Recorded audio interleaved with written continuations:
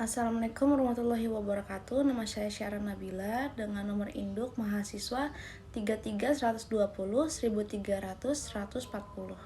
Di sini sebelumnya saya akan menjelaskan tentang perekonomian Indonesia. Menurut salah seorang peraih Nobel Ekonomi ini, pertumbuhan ekonomi dicapai oleh 3 faktor, yakni peningkatnya persediaan barang yang stabil, kemajuan teknologi, serta penggunaan teknologi yang secara efisien dan efektif. Dalam perjalanannya, Indonesia mencatat pasang surut pertumbuhan ekonomi. JEO ini merangkum jejak pertumbuhan itu dari masa ke masa. Pemerintahan 7% yang pernah memimpin Indonesia dari Soekarno sampai Joko Widodo sebagai data awal per kuartal 3 2018. Pertumbuhan ekonomi ini Indonesia tercatat 5,17% lebih tinggi dibanding periode yang sama tahun lalu sebesar 5,6%. Secara tahunan, pertumbuhan ekonomi 2017 mencapai 5,7%, angka tertinggi sejak 2014. Memang angka itu masih di bawah pertumbuhan ekonomi masa pemerintahan Soeharto yang sempat menembus 10%. Sehingga ketika itu Indonesia dipuja-puji sebagai salah macan Asia, bahkan kinerja ekonomi saat ini masih di bawah capaian pemerintah Susilo Bambang Yudhoyono yang bisa di atas 6%.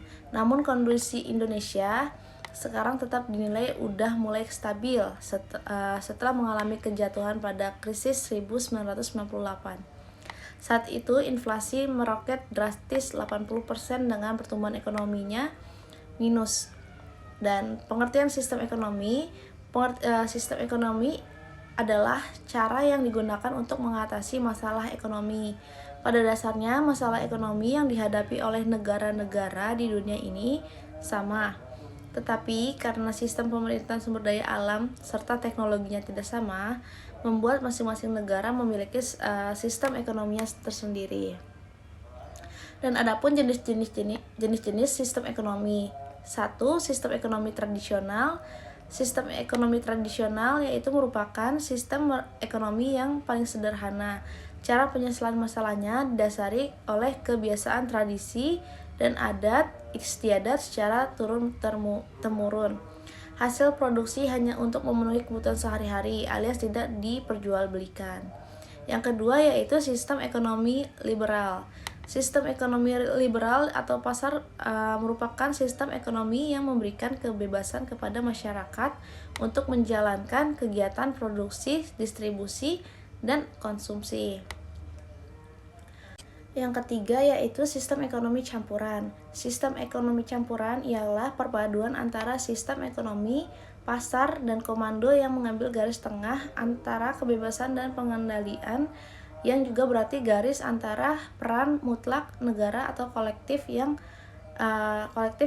peran menonjol individu. Ketiga, pertumbuhan ekonomi Indonesia pada kuartal 2 tahun 2022 cukup impresif, berada di angka 5,4%. Kemudian diimbangi dengan stabilitas nilai tukar rupiah yang cukup baik, serta pertumbuhan indeks harga saham gabungan yang cukup tinggi bila dibandingkan dengan negara-negara G20 dan sekitar ASEAN. Inflasi juga mengalami kenaikan, namun relatif terkendali dan tertutup dengan kenaikan harga BBM. Kemarin kita mengantisipasi inflasi di bulan September, namun kita berharap Oktober sudah berada dan November sudah kembali kepada tren bulanan seperti biasa. Yang keempat yaitu perekonomian Indonesia saat ini cenderung lebih kuat dibanding banyak negara dunia, termasuk Amerika Serikat yang terjebak dalam lubang resesi. Hal ini ditunjukkan dengan angka pertumbuhan ekonomi kuartal 2 2022 yang bisa mencapai 5,44% secara tahunan. Pada kuartal 2 2022, ekonomi Jepang diperkirakan tumbuh 1,3% berdasarkan survei JCER. Pemulihan diakibatkan pencabutan pembatasan COVID pada 21 Maret. Namun diperkirakan pertumbuhan ini lebih lambat terdampak ekonomi Cina. Dampak dari ekonomi Cina yang melambat pada ekonomi Jepang kemungkinan akan muncul di kuartal kedua. Meskipun terjadinya perlambatan ekonomi di Jepang, perdagangan antara Indonesia dan Jepang tetap melonjak. Jepang merupakan negara nomor 3 tujuan ekspor terbesar di Indonesia, dengan kontribusi 8,06% dari total ekspor dan 8,81% dari total impor. Sepanjang Januari sampai Maret, nilai ekspor Indonesia ke Jepang tercatat US dollar 5,07 miliar, melonjak 32,23% dibanding periode yang sama tahun 2021, sementara impor senilai US dollar 4,24 miliar melesat 35,4%. Indonesia memiliki landasan ekonomi yang kuat, di mana di kuartal ketiga kita tumbuh 5,72% dan ini lebih baik dari beberapa negara seperti Tiongkok, Singapura, Korsel, Jerman, dan negara lainnya. Indonesia dan Jerman terus meningkatkan kerjasama di sektor industri. Saat ini terdapat sekitar 250 perusahaan multinasional Jerman yang melakukan bisnis di Indonesia dengan nilai investasi sebesar US dollar 182,3 juta dan nilai perdagangan bilateral sebesar US dollar 6,0 miliar di 2021. Untuk semakin mempererat kerja sama dan meningkatkan investasi, kedua negara penyelenggaraan Jerman dan Indonesia Business Roundtable bertetapan dengan kunjungan Presiden Republik Federasi Jerman Frank-Walter Steinmeier ke Indonesia pada 16 Juni 2022. Menurut saya, dalam rangka menuntaskan kemiskinan di Indonesia, hal yang dilakukan pemerintah meningkatkan lapangan kerja di Indonesia agar tidak terjadinya peningkatan pengangguran. Dan peningkatan lapangan kerja ini membawa manfaat yang baik, yaitu masyarakat jadi lebih sejahtera. Lalu melihat kembali kepada pengusaha UMKM di Indonesia seperti mempermudah dalam pinjaman modal agar dapat meningkatkan potensi masyarakat dan masyarakat menjadi lebih kreatif dalam meningkatkan kemampuannya. Dengan ini Indonesia dalam sektor ekonomi akan bertambah dalam segi pendapatan.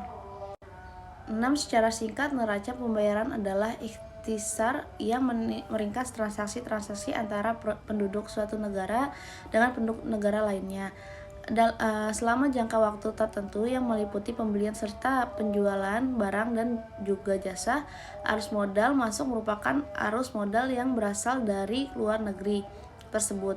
Arus modal masuk ini bisa mendatangkan manfaat yang lebih besar ketimbang risikonya jika dikelola dengan benar, sementara hutang luar negeri adalah sebagai dari total utang suatu negara yang diperoleh dari para kreditor di luar negara tersebut yang membantu pertumbuhan negara Indonesia.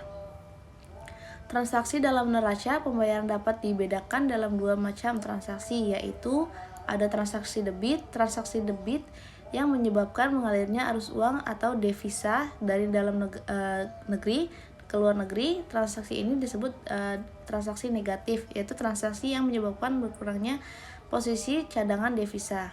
Yang kedua yaitu transaksi kredit. Transaksi yang menyebabkan mengalirnya arus uang dari luar negeri ke dalam negeri. Transaksi ini disebut juga transaksi positif, yaitu transaksi yang menyebabkan pertambahan posisi cadangan devisa negara.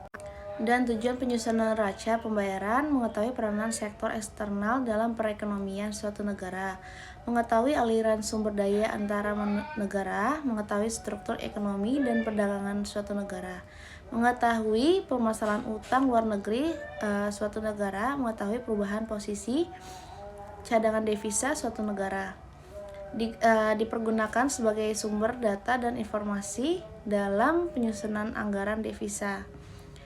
Foreign Exchange Budget dipergunakan sebagai sumber data penyusunan statistik pendapatan nasional dan arus modal masuk. Besarnya arus modal masuk ke Indonesia sebagai akibat pertumbuhan perekonomian yang tetap terjaga dalam beberapa tahun terakhir harus dapat dimanfaatkan untuk mendanai proyek-proyek jangka panjang, Dan arus modal masuk, besarnya arus modal masuk ke Indonesia sebagai akibat pertumbuhan ekonomi yang tetap terjaga dalam beberapa tahun terakhir harus dapat dimanfaatkan untuk mendanai proyek-proyek jangka panjang. Mengelola arus modal masuk kapital atau capital inflow ke dalam kawasan merupakan sebuah tantangan yang sulit yang dihadapi negara-negara emerging market seperti Indonesia karena dapat membawa berbagai risiko potensi terhadap stabilitas keuangan. Untuk utang luar negeri atau pinjaman luar negeri adalah sebagian dari total utang suatu negara yang diperoleh dari para kreditor. Di luar negara tersebut, dalam jangka pendek, utang luar negeri sangat membantu pemerintah Indonesia dalam upaya menutup defisit anggaran pendapatan dan belanja negara akibat pembiayaan pengeluaran rutin dan pengeluaran pembangunan yang cukup besar. Pinjaman luar negeri adalah semua pinjaman yang menimbulkan kewajiban membayar kembali terhadap pihak luar negeri baik dalam valuta asing maupun dalam rupiah. Termasuk dalam pengertian pinjaman luar negeri adalah pinjaman dalam negeri yang menimbulkan kewajiban membayar kembali terhadap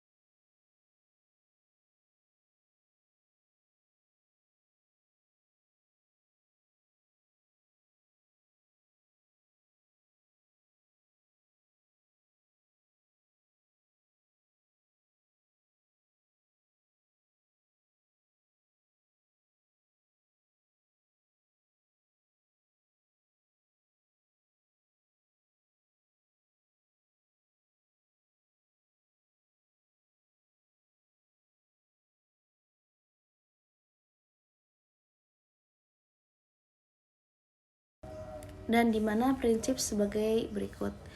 Equity pemerataan guna untuk menyeimbangkan aspek sosial, ekonomi, dan lingkungan di kehidupan masyarakat.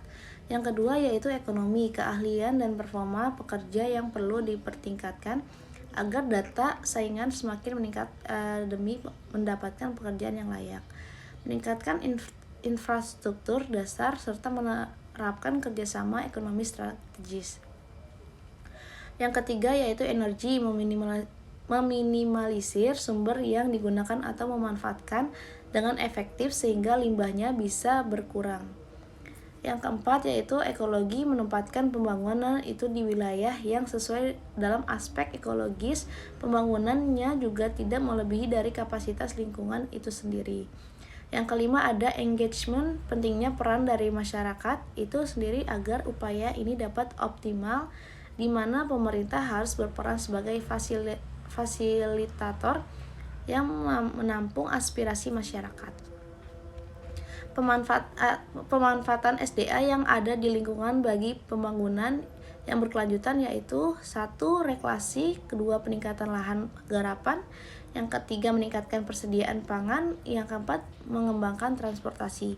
Namun dengan seiring perkembangan zaman pada awal abad ke-19 ditemukan mesin uap yang diterapkan kepada kereta uap dan terus berkembang sehingga ditemukan bahan bakar untuk kendaraan bermotor dan transportasi udara. Nyatanya prinsip pembangunan berkelanjutan ini menimbulkan berbagai dampak yang tidak hanya berdampak positif, namun juga dampak negatif. Dampak positifnya yaitu tingkat keberhasilan dari suatu pembangunan dibagi menjadi 2 indikator, yaitu 1 indikator ekonomi dan indikator sosial.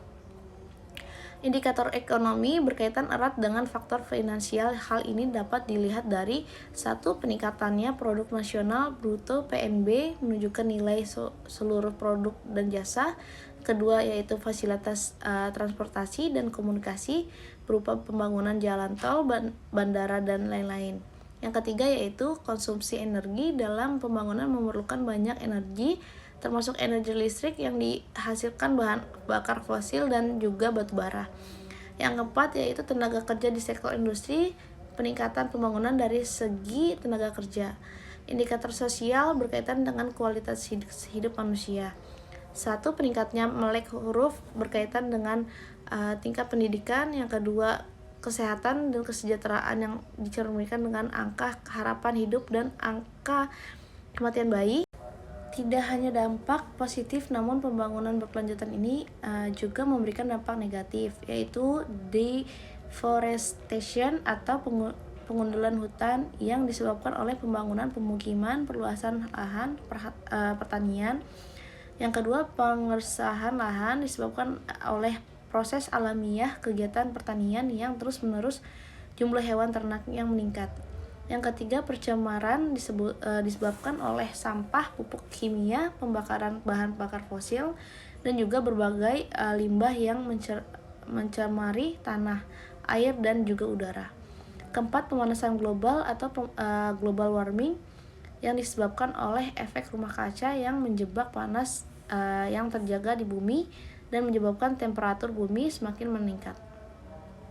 Sumber daya alam yang tidak dapat diperbarui harus diperhatikan lebih dari karena SDA-nya terbatas dan juga berbagai dampak yang ditimbulkan akibat konsumsi manusia terhadap SDA kita.